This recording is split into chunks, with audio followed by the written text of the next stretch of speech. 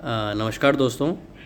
पिछले 2.5 महीने में आरबीआई ने 5 लाख करोड़ के एफसीएनआर डिपॉजिट आए हैं। अब एफसीएनआर क्या होता है उसको हम आगे वीडियो में एक्सप्लेन करेंगे।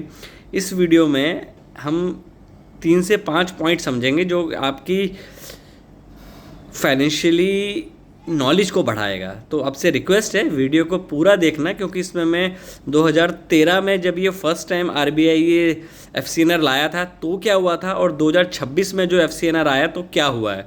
सबसे पहले हम सीधा चार्ट पे चलते हैं।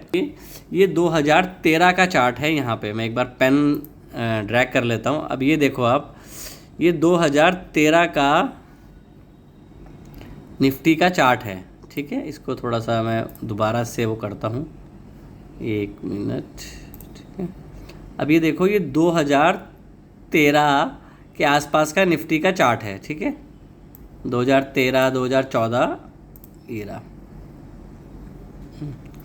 अब यहाँ पे जब 2013 में ये चीज़ अनाउंस करी गई थी, 2013 में जब ये चीज़ सरकार ने इनिशिएट करी तो आपकी करेंसी काफ़ी तेज़ी से अप्रिशिएट हुई और आपने ऑलमोस्ट 8% का 8 से 9% का एप्रिसिएशन आपकी करेंसी में हुआ।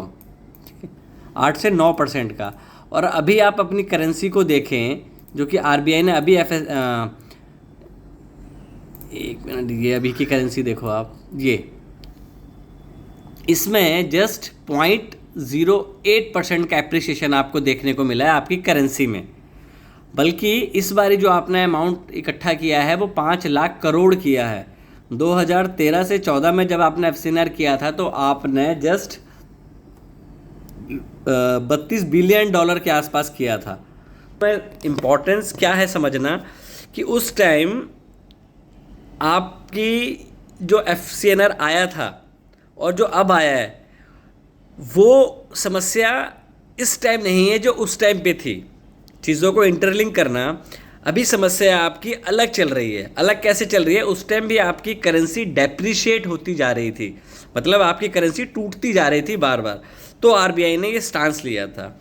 अब सेम चीज़ आरबीआई ने दोबारा करी है यहाँ पे, और इसकी प्रॉब्लम जो आएगी वो इन फ्यूचर आएगी। क्यों? क्योंकि मैंने आज एक मॉर्निंग में वीडियो बनाई थी, मैंने उसमें एक वर्ड मेंशन किया था कि जो रेंटेड मनी होता है वो निफ्टी को लॉन्गर टाइम के लिए रैली नहीं करा सकता। आपने ये एक टेम्परेरी सॉल्यूशन दिया है 5 लाख करोड़ का। अब ये जो बैंकों में पैसा आया, अब इसका जो लॉस है, जो आपको करेंसी स्वैप करने में खर्चा आता है, वो ऑलमोस्ट 1 लाख करोड़ है, जो कि आरबीआई बियर कर रहा है ओवर द पीरियड ऑफ 5 साल। ये मेरा डाटा नहीं है, ये एसबीआई की रिसर्च बताती है कि 1 लाख करोड़ का एसबीआई को आरबीआई को अगले 5 साल में लॉस होने वाला है, मतलब उसकी कॉस्ट बढ़ेगी। अब इसमें इम्पॉर्टेंट क्या है जो हमें टेक अवे करना चाहिए इस तरीके की वीडियो से? क्योंकि मुद्दा ये नहीं है कि आरबीआई ने ये क्यों लिया। आपकी करेंसी डेप्रिशिएट हो रही है, आपने उसको बचाया क्योंकि आपके जो रिज़र्व हैं वो गिर रहे हैं। अब गिर इस वजह से नहीं रहे हैं कि आपकी करेंसी आपके कारणों से वीक हो रही है। आप देखें 2024 से डॉलर का आउटफ्लो बढ़ रहा है। एफआईज कंटिन्यू बाजार से माल बेच रहे हैं और अपना पैसा दूसरी कंट्रीज़ में लगा रहे हैं जहाँ पे उनको ऑब्वियसली ज़्यादा रिटर्न मिलता है। दूसरा है कि जो ग्लोबल टेंशन है, क्रूड ऑयल के रेट आपके अगेन एंड अगेन 90, 100, 120 ईजिली पहुँच रहे हैं। तो ये भी एक आपके लिए एक प्रॉब्लम है, क्योंकि आपका डॉलर का आउटफ्लो जा रहा है। आपने ये टेम्परेरी इंजेक्शन दिया है मार्केट को कि आपने करेंसी को बचाया, बट करेंसी ने कोई एप्रिसिएशन नहीं दिखाया, उसने बस गिरना कम किया है। तो अब ये चीज़ देखें, अगर ये चीज़ कंटिन्यू रहती है फॉर द लॉन्गर टाइम तो कहीं ना कहीं ये परमानेंट सॉल्यूशन नहीं रहेगा। क्यों? क्योंकि जब आप 5 साल का बाद ये पैसा वापस करोगे डॉलर्स टर्म्स में, तो उस टाइम भी आपकी करेंसी और वीक हो सकती है। क्योंकि ग्लोबल अगर अनसर्टनिटी 2 साल भी बनी रही तो आपका आउटफ्लो ऑटोमेटिकली कम होना शुरू हो जाएगा। क्यों? क्योंकि जो आरबीआई ने इसको टाइम से पहले क्लोज किया, इसके कारण ये है कि उनको लगा कि अब डॉलर के साथ साथ आपकी जो क्रूड ऑयल है वो 80 to 85 आ गया, जो कि अभी आरबीआई गवर्नर ने 5 तारीख को अनाउंस भी किया कि हम इसको क्लोज कर रहे हैं। रीज़न ये था कि अब क्रूड ऑयल के रेट स्टेबल हो रहे हैं। अब दोबारा ये चीज़ बढ़ने की शुरुआत पे है कि अगर दोबारा 180 120 100 से ऊपर रहता है तो कहीं ना कहीं ये प्रॉब्लम आपके लिए, आपकी करेंसी के लिए, आपकी इकोनॉमी के लिए रहेगी, क्योंकि ये प्रॉब्लम इनडेफिनेट टाइम के लिए हो सकती है। शॉर्ट टर्म के लिए आपने बाज़ार को एक हिट दे दिया है कि हाँ हमारी करेंसी बच गई, बट असली गेम ये है कि आरबीआई के पास आउटफ्लो कम हो रहा है बैंकों के पास। कैसे? बैंकों की क्रेडिट ग्रोथ अच्छी है, मतलब बैंकों के पास, बैंकों ने एक छोटे से एग्जांपल समझते हैं, बैंकों के पास 100 रुपये हैं, बैंकों ने 100 रुपये में से 85 रुपीज़ के आसपास लोन दे चुके हैं।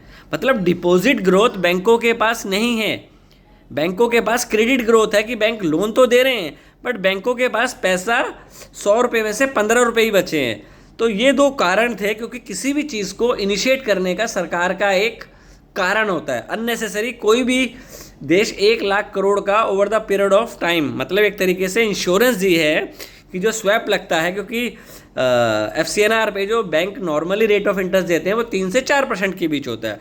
अब 3 से 4% की जो कॉस्ट है वो आरबीआई ने बेयर करी, जिस वजह से ऑटोमेटिकली जो रेट ऑफ इंटरेस्ट है वो 6.5 से 7% हो गया, जिसकी वजह से आपको एक अच्छा पैसा मिला। ऑब्वियस है ये NRIs के लिए एक बेस्ट अपॉर्चुनिटीज़ है 5 साल के लिए। 1 साल का इसमें लॉकिंग है, अगले 5 साल, 1 साल के बाद आप कभी भी निकाल सकते हो, क्योंकि फिक्स पैसा मिलेगा, टैक्स नहीं लगेगा, तो उनके लिए एक अच्छी अपॉर्चुनिटीज़ है। बट क्या ये लॉन्गर टाइम के लिए सस्टेनेबल है?